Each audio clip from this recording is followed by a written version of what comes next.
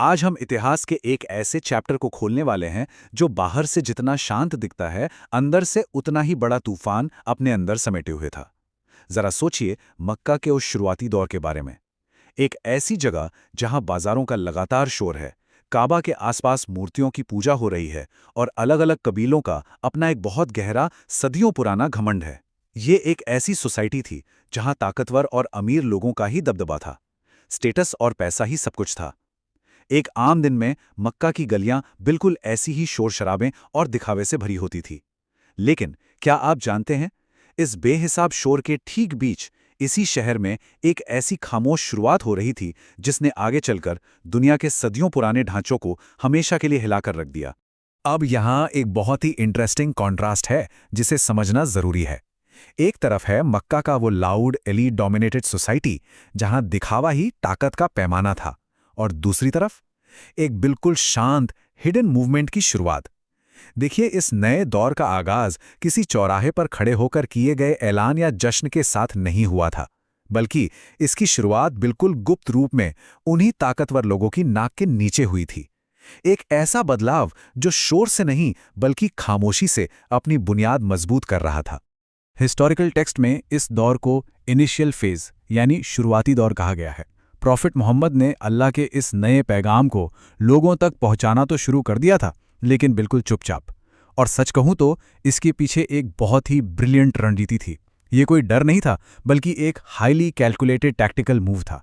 जरा खुद सोचिए, अगर आप एक एस्टैब्लिश्ड ताकतवर सिस्टम से डे 1 पर ही टकरा जाएंगे तो क्या होगा। इसलिए उस आने वाले तूफान का सामना करने के लिए पहले एक ऐसी अटूट बुनियाद बनानी जरूरी थी जो कभी ना हिले। इसीलिए इस नए पैगाम के बारे में शुरुआत में सिर्फ और सिर्फ उन्हीं लोगों को बताया गया जिन पर आंख बंद करके भरोसा किया जा सकता था। तो चलिए देखते हैं कि ये ट्रस्ट का नेटवर्क आखिर बनना कैसे शुरू हुआ। इस गुप्त समय में जिन लोगों ने सबसे पहले इस पैगाम को अपनाया, उनमें सबसे आगे नाम आता है खदीजा बिन्त खुवैलिद का। वो इस पैगाम पर ईमान लाने वाली सबसे पहली शख्सियत थीं।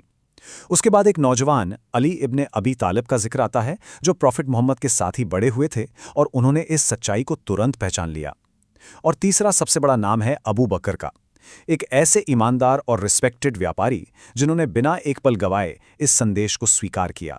ये वो पहली कड़ियां थीं जिनसे एक बहुत बड़ा आंदोलन बनने वाला था। यहाँ पर एक बहुत ही पावरफुल मोमेंट है।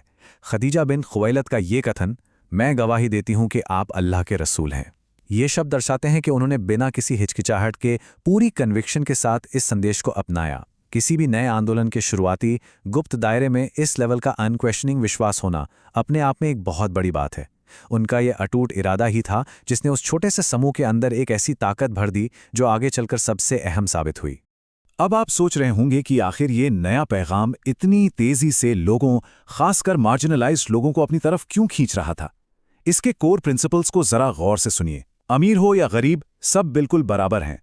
किसी अरब को किसी गैर अरब पर कोई सुपीरियॉरिटी हासिल नहीं है, और किसी भी इंसान के ऊंचा होने का सिर्फ एक ही पैमाना है, और वो है तक़वा, यानी उसके अच्छे कर्म और धार्मिकता। उस दौर में जहां लोगों को उनके पैसे और कबीलों से नापा जाता था, वहां ये बातें लिटरली एक गेम चेंजर थी। इसीलिए समाज के वो लोग जिन्हें हमेशा किनारे कर दिया गया था, जैसे गरीब, गुलाम और युवा, वो इस संदेश से बहुत गहराई से जुड़ने लगे। उन्हें इसमें अपना सम्मान और बराबरी का हक साफ दिखाई दे रहा था। लेकिन कहानी में एक ट्विस्ट तो आना ही था। मक्का के ताकतवर इलीट्स का पूरा अस्तित्व उसी इनइक्वालिटी पर टिका हुआ था। उनकी पावर, उनका दबदबा, उनका पैसा, सब कुछ इस बात पर निर्भर करता था कि समाज में ऊंच नीच बनी रहे। अब ऐसे में अगर अमीर और गरीब सच में बराबर हो गए तो उनका सारा कंट्रोल तो हवा हो जाएगा, है ना। इसीलिए इन मक्का के नेताओं ने इन नए उसूलों को अपने पावर स्ट्रक्चर के लिए एक डायरेक्ट खतरा मानना शुरू कर दिया। ये अब सिर्फ एक नए विश्वास की बात नहीं थी, ये एस्टैब्लिश्ड पावर और एब्सोल्यूट इक्वालिटी के बीच का एक डायरेक्ट टकराव बन चुका था। जैसे जैसे खतरा बढ़ रहा था, अंदर ही अंदर इस नए मूवमेंट की ताकत भी बढ़ रही थी। मक्का की नजरों से बिल्कुल दूर एक दबे हुए घर में लोग खामोशी से इकट्ठे होते थे। इस जगह को दार अल अरकम कहा जाता था। इस गुप्त जगह पर 3 मूल चीजें होती थीं। पहला, कुरान की आयतों को सीखना। दूसरा, नमाज अदा करना। और तीसरा, और शायद उस वक्त सबसे जरूरी, सब्र और रेजिलियंस हासिल करना। बाहर शहर के शोर में किसी को इस बात का जरा सा भी अंदाजा नहीं था कि इस बंद दरवाजे के पीछे एक्चुअली में इतिहास के पन्ने पलटे जा रहे हैं और एक पूरी की पूरी क्रांति की तैयारी हो रही है।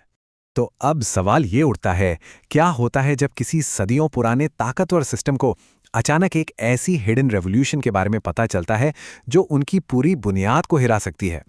जब मक्का के रूलिंग कुरैश को आखिरकार ये भनक लग गई कि प्रॉफिट मोहम्मद लोगों को इनकी मूर्ति पूजा छोड़ने और सिर्फ एक अल्लाह को मानने के लिए कह रहे हैं, तो उनका रिएक्शन क्या था?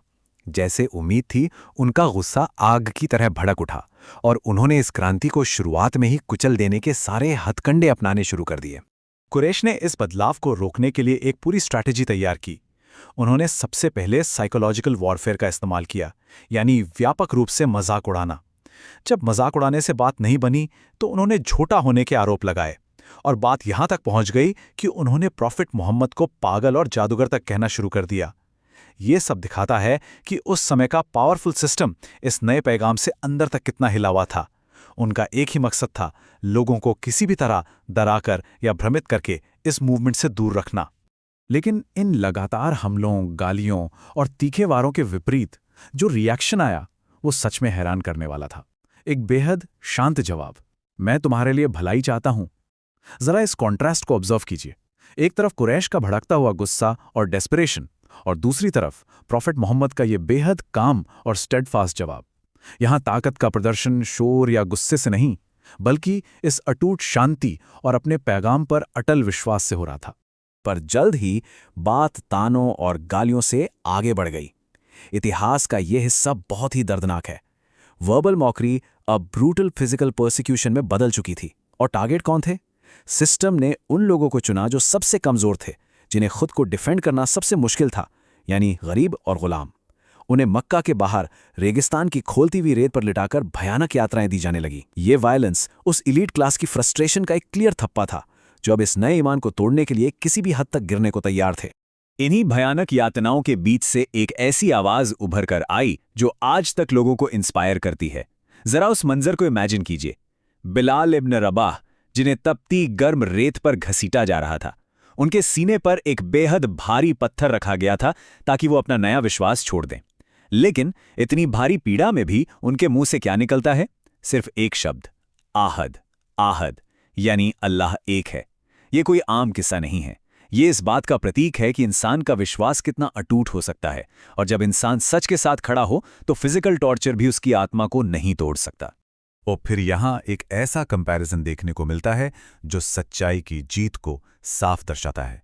एक तरफ है सिस्टमैटिक क्रुएल्टी, एक ऐसा समाज जो अपने ही लोगों को उनके विश्वास के लिए बुरी तरह तड़पा रहा है, और उसके ठीक सामने है ह्यूमैनिटी का एक अजीम एक्ट। अबू बकर ने आगे आकर बिलाल को उनके मालिक से खरीदा और उन्हें हमेशा के लिए आज़ाद कर दिया। ये क्षण क्लियरली बताता है कि ये मूवमेंट अब सिर्फ दबे पांव चलने वाला आत्मिक विश्वास नहीं था।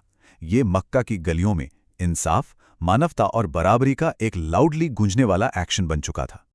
और फिर इन सारी घटनाओं, उथल-पुथल और गुप्त तैयारियों के बाद एक ऐसा क्षण आया जिसने खेल के सारे रूल्स बदल दिए। एक डिवाइन कमांड, एक ईश्वरीय आदेश आया, अब खुलकर लोगों को चेतावनी दो। इस एक लाइन ने सब कुछ बदल कर रख दिया। दारुल अरकम के बंद दरवाजे अब खुलने वाले थे। सीक्रेसी का दौर डेफिनेटिवली खत्म हो चुका था। अब छिपने का वक्त नहीं था। अब टाइम था उन ताकतवर एलीट्स के सामने सीना तान कर खड़े होने का। ये इतिहास का एक बहुत ही ड्रामेटिक और क्रूशल टर्निंग पॉइंट था। और इसी के साथ खामोशी का वो लंबा पर्दा हमेशा के लिए उठ गया। तूफान अब बिल्कुल सामने था। सोचिए, जिस बात की शुरुआत इतनी खामोशी से, इतने छिपकर हुई थी, उसके खुले ऐलान ने मक्का और उसके आसपास की पूरी दुनिया में कितना बड़ा भूकंप ला दिया होगा। जब एक सच्चाई गुप्त कमरों से निकलकर आम लोगों और ताकतवर नेताओं के बिल्कुल आमने सामने आकर खड़ी हो जाती है, तो वो किस तरह सदियों पुराने पावर स्ट्रक्चर्स को तोड़कर रख देती है। इस खामोश डॉन, इस शांत शुरुआत के बाद जो खुला तूफान आया, उसने ह्यूमन हिस्ट्री को आगे किस तरह शेप किया। यही वो सवाल है जो आज इस एक्सप्लेनर के आखिर में हमें और आपको गहराई से सोचने पर मजबूर कर देता है।